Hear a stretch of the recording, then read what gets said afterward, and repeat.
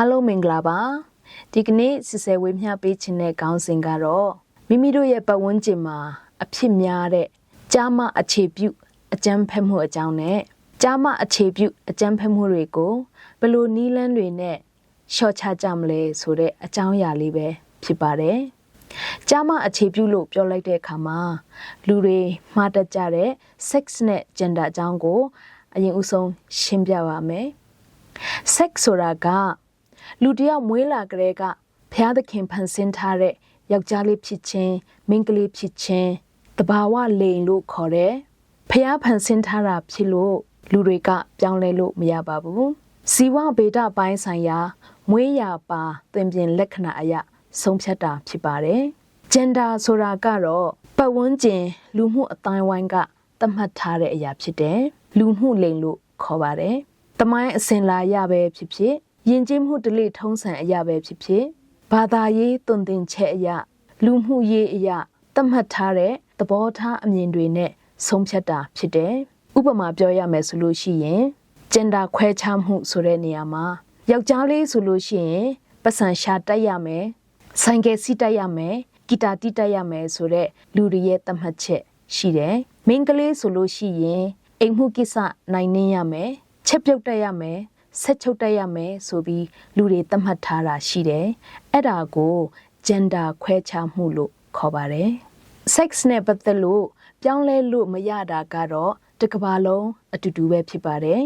ဥပမာအာရှသားတွေမှာပဲဖြစ်ဖြစ်ဥရောပသားတွေမှာပဲဖြစ်ဖြစ်ကိုယ်ခန္ဓာအစိတ်ပိုင်းတွေအားလုံးတူညီကြတယ် gender ကတော့လူတွေသတ်မှတ်တာဖြစ်လို့တနေရာနဲ့တနေရာသတ်မှတ်မှုတွေခွဲခြားမှုတွေမတူညီကြပါဘူးလူတွေသတ်မှတ်ထားတာဖြစ်လို့ပြောင်းလဲလို့ရပါတယ်ဥပမာအားဖြင့်မိန်းကလေးတစ်ယောက်အနေနဲ့ကနေဒါနိုင်ငံမှာဘောင်းဘီရှည်တွေစကတ်တွေဝတ်လို့ရတယ်ဒါပေမဲ့ဆူဒန်နိုင်ငံကတော့မိန်းကလေးတစ်ယောက်ကဘောင်းဘီရှည်ဝတ်တာကိုခွင့်မပြုပါဘူးဒါက gender သတ်မှတ်မှုတွေပဲဖြစ်ပါတယ်မြန်မာနိုင်ငံမှာကြည့်မယ်ဆိုလို့ရှိရင်တိုင်းရင်းသားအများစုကကလေးမွေးလာရင်သမီးမင်းကလေးမွေးတာထက်သားယောက်ျားလေးမွေးတဲ့အခါမှာဂုဏ်ယူတတ်ကြတယ်မိဘတွေရဲ့ပိုင်ဆိုင်မှုတွေကိုအမွေပေးတဲ့အခါမှာလဲသားယောက်ျားလေးကိုပဲအမွေပေးကြတဲ့တိုင်းရင်းသားတွေလည်းရှိတယ်ဒါကကြားမအခြေပြုခွဲခြားသတ်မှတ်ခြင်းတွေပဲဖြစ်ပါတယ်အဲ့လိုသတ်မှတ်ထားတဲ့အတိုင်းမနေဘူးဖြစ်မလာဘူးဆိုလို့ရှိရင်ဘဝန်းကျင်ကအပြစ်တင်ကြတယ်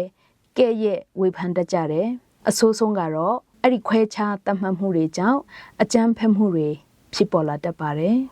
gender based violence gender အခြေပြုအကြမ်းဖက်ခြင်းဆိုသည်မှာကြားမရေးရာစံနှုန်းများအပေါ်အခြေခံ၍တဦးတစ်ယောက်ဤစိတ်ဆန္ဒကိုစန့်ကျင်လျက်ကျူးလွန်သည့်လုပ်ရက်အားလုံးကိုဆိုလိုသည်ရုပ်ပိုင်းဆိုင်ရာလိင်ပိုင်းဆိုင်ရာသို့မဟုတ်စိတ်ပိုင်းဆိုင်ရာထိခိုက်နစ်နာစေမှုသို့မဟုတ်ဝေဒနာခံစားမှုများကိုဖြစ်ပေါ်စေသည့်အပြုအမူများထိုအပြုအမူများပြုလုပ်မည်ဟုချိန်ချောက်ခြင်းနှင့်လွတ်လပ်ခွင့်ကိုတားဆီးပိတ်ပင်သည့်အခြားအပြုအမူများပါဝင်သည်လို့အတိတ်ပဲဖွင့်ဆိုထားပါတယ်။ gender အခြေပြုအကြမ်းဖက်မှုလုပ်ရက်တွေကအများပြည်သူနဲ့သက်ဆိုင်တဲ့နေရာတွေမှာဖြစ်နိုင်တယ်လို့တခါတရံမှာကိုယ်ပိုင်တီးသန့်နေရာတွေမှာလည်းဒီအကြမ်းဖက်မှုတွေဖြစ်ပေါ်နိုင်ပါတယ်။ကျမတို့ဘဝန်းကျင်မှာတွေ့နေရတဲ့ကြားမအခြေပြုအကြမ်းဖက်မှုတွေဟာတဘာဝကြောင့်ဖြစ်လာတဲ့ပြဿနာဆိုတာနည်းပါတယ်။ gender ဆိုင်ရာသတ်မှတ်ချက်တွေခွဲခြားမှုတွေကြောင့်သာပြဿနာတွေပိုများတာကိုတွေ့ရပါတယ်။ကြားမအခြေပြုအကြမ်းဖက်မှုလို့ခေါ်တဲ့ gender based violence gender အခြေပြုအကြမ်းဖက်မှု6မျိုးရှိပါတယ်။နံပါတ်1လိင်ပိုင်းဆိုင်ရာအကြမ်းဖက်ခြင်းနံပါတ်2ရုပ်ပိုင်းဆိုင်ရာအကြမ်းဖက်ခြင်းနံပါတ်3စိတ်ပိုင်းဆိုင်ရာအကြမ်းဖက်ခြင်းနံပါတ်4စီးပွားရေးဆိုင်ရာအကြမ်းဖက်ခြင်းနံပါတ်5အန္တရာယ်ရှိသောယဉ်ကျေးမှုဓလေ့ထုံးစံများဆိုင်ရာအကြမ်းဖက်ခြင်းနဲ့နံပါတ်6အင်တာနက်ပေါ်မှာအကြမ်းဖက်ခြင်းဆိုပြီး6မျိုးတွေ့ရပါတယ်နံပါတ်1လိင်ပိုင်းဆိုင်ရာအကြမ်းဖက်ခြင်းလိင်ပိုင်းဆိုင်ရာအကြမ်းဖက်မှုလို့ပြောလိုက်ရင်အားလုံးကမတိမ်မှုကိုချက်ချင်းပဲသတိရကြမှာဖြစ်တယ်မတိမ်မှုနဲ့ပတ်သက်ပြီးဥပဒေတွေထုတ်ပြန်ထားတာရှိပါတယ် ရာဇသက်ကြီးပုံမှန်15ပုံမှန်386မှာမတိမ်မှုနဲ့ပတ်သက်ပြီးပြစ်ဒဏ်တွေကိုဖော်ပြထားပါတယ်။အသက်12နှစ်အထက်အမျိုးသမီးငယ်အားမတိမ်ကျင့်ပါကထောင်ဒဏ်နှစ်20ထိချမှတ်နိုင်သည်။လင်မယားမတိမ်မှုတွင်မတိမ်မှုအတွက်အများဆုံးထောင်ဒဏ်2နှစ်ထိချမှတ်နိုင်သည်။အသက်12နှစ်အောက်မိန်းကလေးငယ်ကိုမတိမ်ကျင့်ပါကအမြင့်ဆုံးထောင်ဒဏ်တစ်သက်တစ်ကျွန်းဖြစ်သည်။အိမ်ထောင်တွေကြားမှာလည်းအမျိုးသားဖက်ကပဲဖြစ်ဖြစ်အမျိုးသမီးဖက်ကပဲဖြစ်ဖြစ်မိမိရဲ့အိမ်ထောင်ဖက်ပေါ်မှာတစ္ဆာမရှိဖောက်ပြန်ခြင်းကနေလည်းပဲလိမ်ပိုင်းဆိုင်ရာအကြမ်းဖက်မှုတွေဖြစ်ပေါ်စေနိုင်ပါတယ်။နံပါတ်2ရုပ်ပိုင်းဆိုင်ရာအကြမ်းဖက်ခြင်းမှာမိသားစုထဲမှာလင်မယားကြားရန်ဖြစ်တဲ့အခါမှာလက်ပါတာအမျိုးသားဖြစ်သူကမူယူပြီးတော့ကိုယ့်ရဲ့အမျိုးသမီးကိုရိုက်နှက်တာစာသင်ကျောင်းမှာဆိုလို့ရှိရင်လည်းဆရာမတွေကမိမိတို့ရဲ့ကျောင်းသူကျောင်းသားတွေကိုရိုက်နှက်ဆုံးမတာကျောင်းသူကျောင်းသားအချင်းချင်းမှာရန်ဖြစ်တာအဖွဲ့အစည်းတွေထဲမှာရက်ွက်ထဲမှာဆိုလို့ရှိရင်လည်းအချင်းချင်းအထက်စီးဆန်ဆက်ဆံကြတာအားလုံးပါဝင်ပါတယ်စိတ်ပိုင်းဆိုင်ရာအကြမ်းဖက်ခြင်းမှာတော့လူသားအချင်းချင်းနစ်နာအောင်ပြောဆိုခြင်းကိုယ့်ရဲ့မိသားစုထဲမှာသမီးမင်းကလေးတွေကိုကြောင်းမထားပေးပဲအလုပ်တွေပဲခိုင်းထားတာစသဖြင့်လူတဦးနဲ့တဦးကြားမှာချိန်ချောက်မှုတွေအားလုံးပါဝင်ပါတယ်စီးပွားရေးဆိုင်ရာအကြမ်းဖက်ခြင်းကိုဥပမာပေးရမယ်ဆိုလို့ရှိရင်တော့သူတစ်ပါးစီးပွားရေးကိုထိခိုက်အောင်ပြောဆိုတာလှုပ်ဆောင်တာတွေဒါတွေဟာစီးပွားရေးဆိုင်ရာအကြမ်းဖက်ခြင်းပဲဖြစ်ပါတယ်အန်ဒီရဲ့ရှိသောယဉ်ကျေးမှုဒလိဆိုင်ရာအကြမ်းဖက်မှုမှာတော့သမီးမင်းကလေးကိုကြောင်းတက်ခွင့်မပေးဘဲအိမ်မှာပဲအလုပ်တွေခိုင်းထားတာသားသမီးတွေကိုအရွယ်မရောက်သေးပဲအတင်းပေးစားတာအိမ်ထောင်ပြုစီတာတို့ဟာအကြမ်းဖက်မှုမြောက်ပါတယ်မိသားစုအခက်ခဲကြောင့်အိမ်ထောင်ပြုပေးတာပဲဖြစ်ဖြစ်အသက်အရွယ်သတ်မှတ်ထားတဲ့အသက်အရွယ်မရောက်သေးပဲအတင်းပေးစားတာပဲဖြစ်ဖြစ်ဥပဒေကိုမသိလို့နားမလည်လို့ဆိုပြီးသားသမီးကိုအတင်းအိမ်ထောင်ပြုပေးတာတွေဟာလည်းပဲအကြမ်းဖက်မှုမြောက်ပါတယ်အင်တာနက်ပေါ်မှာအကြမ်းဖက်ခြင်းဆိုတာကတော့အခုချိန်မှာခေတ်စားနေတဲ့မီဒီယာခေတ်လည်းဖြစ်တဲ့အတွက် online ပေါ်မှာလိမ်လည်တာသူများပုံကိုတင်ပြီးအရှက်ခွဲတာ live လွှင့်ပြီးဆဲဆိုတာသူတစ်ပါးကိုထိခိုက်နစ်နာအောင်ပြောဆိုဆက်ဆံတာစတဲ့လုပ်ရက်တွေအားလုံးအကြမ်းဖက်မှုမြောက်ပါတယ်ကျမတို့ရဲ့မိသားစုထဲမှာဆိုလို့ရှိရင်လည်းမိသားစုတွေအရေးကြီးတဲ့ကိစ္စရက်တွေကိုဆွေးနွေးကြမယ်ဆုံးဖြတ်ချက်ချမယ်ဆိုလို့ရှိရင်တားယောက်ျားလေးတွေကိုပဲအရေးပေးပြီးသူတို့ပြောတဲ့စကားကိုပဲနားထောင်တာအရေးလုပ်တာသမီးမင်းကလေးတွေပါဝင်ဆွေးနွေးခွင့်မရှိတာပါဝင်ဆုံးဖြတ်ခွင့်မရှိတာတွေဒါတွေကိုရှောင်ကျဉ်ပြီးတော့မိသားစုအရေးနဲ့ပတ်သက်လာပြီးဆိုလို့ရှိရင်မိခင်ပဲဖြစ်ဖြစ်သမီးမင်းကလေးတွေပဲဖြစ်ဖြစ်ပါဝင်ဆွေးနွေးခွင့်ဆုံးဖြတ်ပိုင်ခွင့်ပူးပေါင်းလှုပ်ဆောင်ခွင့်တွေဖန်တီးပေးကြရအောင်လုပ်ငန်းခွင်မှာဆိုလို့ရှိရင်လည်းအမျိုးသမီးတွေထက်အမျိုးသားတွေကိုပဲဦးစားပေးပြီးအလုပ်ခန့်တာရာထူးကြီးကြီးတွေပေးထားတာအမျိုးသမီးတွေကအရေးချင်းရှိပါရဲ့နဲ့တန်ရှင်းရေးလုပ်ခိုင်းထားတာတို့အောက်ခြေသိမ်းအလုပ်တွေပဲလုပ်ခိုင်းတာမျိုးမဟုတ်ဘဲလူတိုင်းသူ့ရဲ့အရေးချင်းနဲ့သူနေရာထူးတွေပေးပြီးလုပ်ငန်းခွင်မှာကောင်းမွန်စွာလေပတ်နိုင်ဖို့အတွက်သတိပြုဆင်ခြင်စရာဖြစ်ပါတယ်ဘယ်နေရာမှာပဲဖြစ်ဖြစ်ယောက်ျားလေးကပဲခေါင်းဆောင်ဖြစ်ရမယ်မိန်းကလေးတွေကနောက်လိုက်ပဲဖြစ်ရမယ်ဆိုတဲ့ခွဲခြားမှုတွေတတ်မှတ်ချက်တွေကိုလည်းသတိပြုကြရအောင်ကြားမှာအခြေပြုအကြမ်းဖက်မှုကိုအားပေးတဲ့နောက်တစ်ချက်ကဘာလဲဆိုရင်ပါဝါလို့ခေါ်တဲ့လုပ်ပိုင်ခွင့်အာဏာပဲဖြစ်ပါတယ်လုပ်ပိုင်ခွင့်အာဏာကိုအကျဉ်းချုံပြီးပြောရမယ်ဆိုလို့ရှိရင်လူအတိုင်းဝိုင်းအများစုမှာအမျိုးသားတွေဟာအမျိုးသမီးတွေထက်လုပ်ပိုင်ခွင့်အာဏာပိုရကြတယ်တချို့သောအမျိုးသားတွေကအမျိုးသမီးတွေပေါ်မှာမိမိရဲ့လုပ်ပိုင်ခွင့်အာဏာကိုကျော်လွန်ပြီးအသုံးပြုကြတာလဲတွေ့ရပါတယ်ဒါဟာကြားမအခြေပြုအကြမ်းဖက်မှုကိုဖြစ်ပေါ်စေတဲ့အကြောင်းရင်းတစ်ရပ်ဖြစ်ပါတယ်တချို့အမျိုးသားတွေကတော့လုပ်ပိုင်ခွင့်အာဏာကိုလိုရာထက်ပိုပြီးအသုံးမပြုတတ်ကြတာကိုလည်းပဲတွေ့ရပါတယ်လုပ်ပိုင်ခွင့်အာဏာအသုံးပြုနည်း၃မျိုးရှိပါတယ်ပထမတစ်ခုကတော့ကိုယ်စီအတွင်းလုပ်ပိုင်ခွင့်ဆိုတဲ့ power within ဒုတိယတစ်ခုကလွှမ်းမိုးလုပ်ပိုင်ခွင့်ဆိုတဲ့ power over တတိယတစ်ခုကအတူမျှသုံးလုပ်ပိုင်ခွင့်ဆိုတဲ့ power with ဒီ၃မျိုးရှိတယ်အကောင်းဆုံးနည်းလမ်းကတော့ အတူမျှသုံးလုပ်ပိုင်ခွင့်ဖြစ်ပါတယ်ကိုယ့်ရဲ့မိသားစုထဲမှာပဲဖြစ်ဖြစ်လုပ်ငန်းခွင်မှာပဲဖြစ်ဖြစ်လုပ်ပိုင်ခွင့်အာဏာနည်းတယ်ဆိုလို့ရှိရင်ရွေးချယ်ခွင့်နည်းပါတယ်ရပိုင်ခွင့်လည်းပိုပြီးနည်းပါတယ်လုပ်ပိုင်ခွင့်အာဏာများတဲ့သူကရွေးချယ်ခွင့်များတယ်ရပိုင်ခွင့်လည်းပိုပြီးများပါတယ်လုပ်ပိုင်ခွင့်အာဏာမညီမျှခြင်းနဲ့ကြားမတန်းတူညီမျှမှုမရှိခြင်းတွေကကြားမအခြေပြုအကြမ်းဖက်မှုကိုဖြစ်ပေါ်စေပါတယ်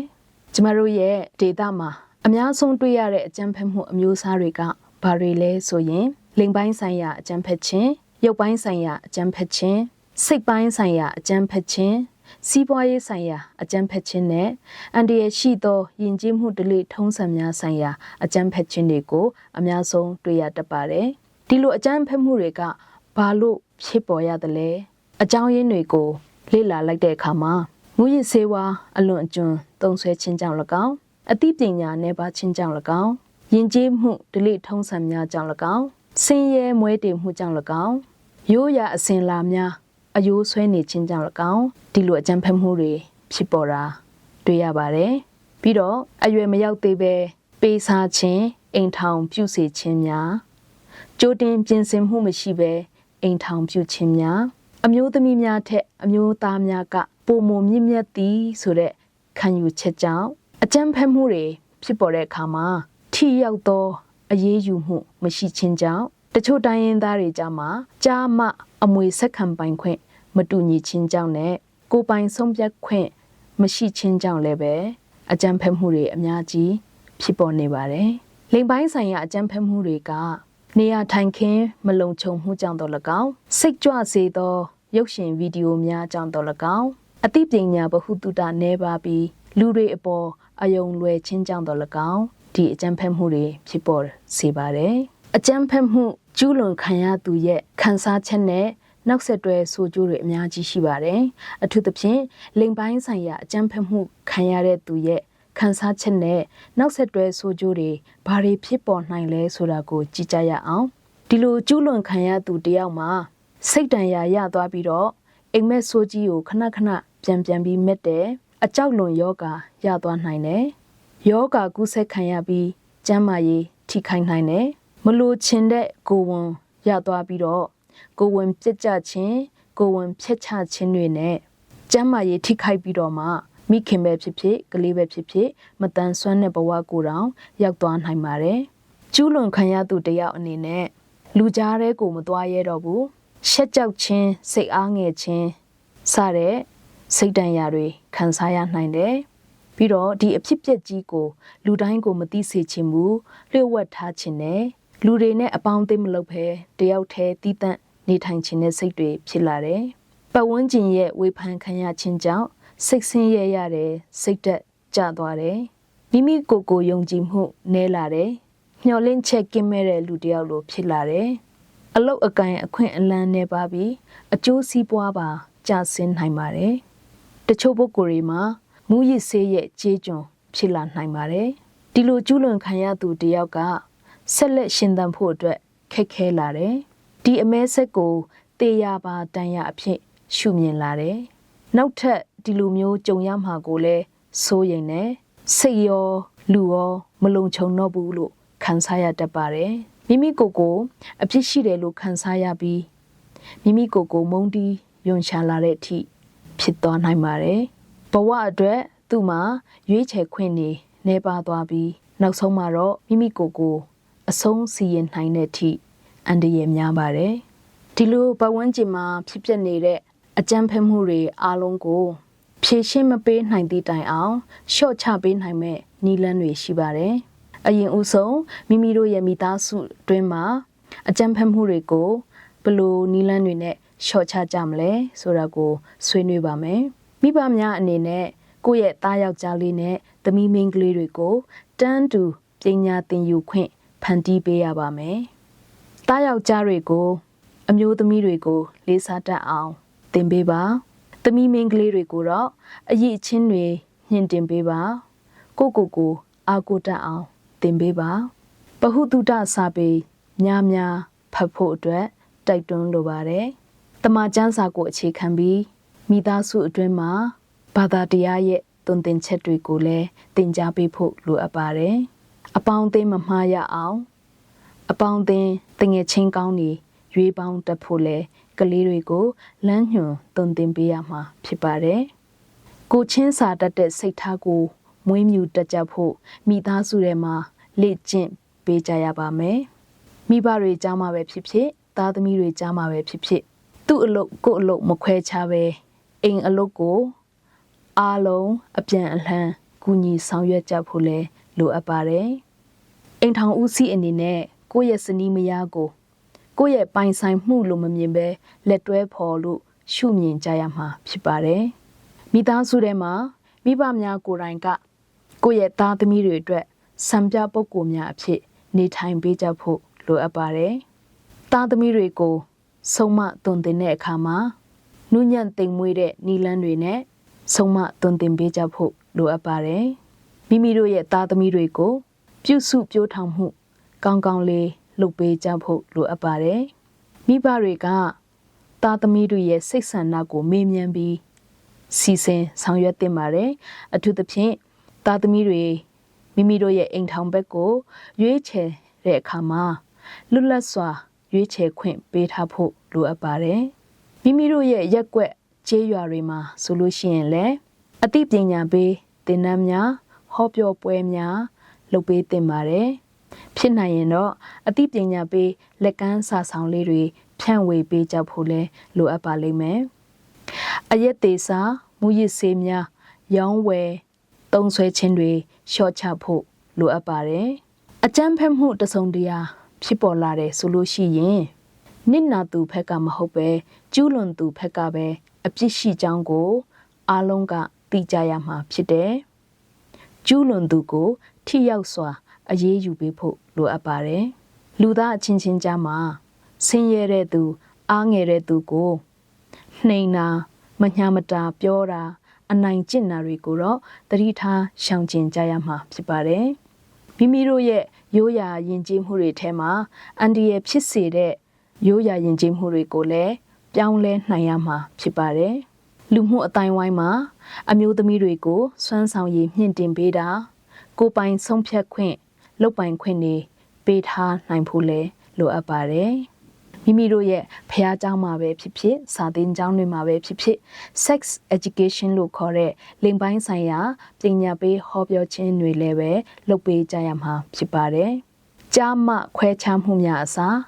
ကြားမှတန်းတူအခွင့်အရေးပေးကြရမှာဖြစ်ပါတယ်လူတစ်ယောက်ဖြစ်လာပြီဆိုလို့ရှိရင်မိမိတို့ပတ်ဝန်းကျင်ရဲ့အစဉ်အလာသတ်မှတ်ချက်တွေကိုရွေးချယ်လို့မရပေမဲ့ဒီသတ်မှတ်ချက်တွေကိုကျွန်တော်လက်ခံမလားလက်မခံဘူးလားနောက်လာနောက်သားတွေကိုလက်ဆင့်ကမ်းခဲ့မလားဒါမှမဟုတ်ကိုကစပြီးဖောက်ထွက်မလားဆိုတာကိုတော့ရွေးချယ်လို့ရပါတယ်ကိုနဲ့သက်ဆိုင်တဲ့ပတ်ဝန်းကျင်မှာကျန်တာအခြေပြုအကြမ်းဖက်မှုတွေရော့ကျသွားဖို့အတွက်ကျွန်ုပ်တို့တူဦးစီကမိမိကိုယ်တိုင်စံနမူနာအဖြစ်ရက်တီချင်းအဖြစ်အစပြုလိုက်ကြရအောင်ကျွန်ုပ်တို့ရဲ့စံနှုန်းတွေတန်ဖိုးထားမှုတွေနဲ့စိတ်နေသဘောထားတွေကိုပြန်လည်တည်ဆောက်ကြရမှာဖြစ်ပါတယ်ဂျန်ဒါဆိုင်ရာအလုတ်တာဝန်ခွဲဝေသတ်မှတ်ခြင်းတွေကိုလည်းဖြိုဖျက်ကြရမှာဖြစ်ပါတယ်ဒါအပြင်ပြောင်းလဲတိုးတက်မှုတွေကိုတိုင်းတာနိုင်တဲ့နီလန်းသစ်များကိုလည်းတည်ဆောက်ကြရမှာဖြစ်ပါတယ်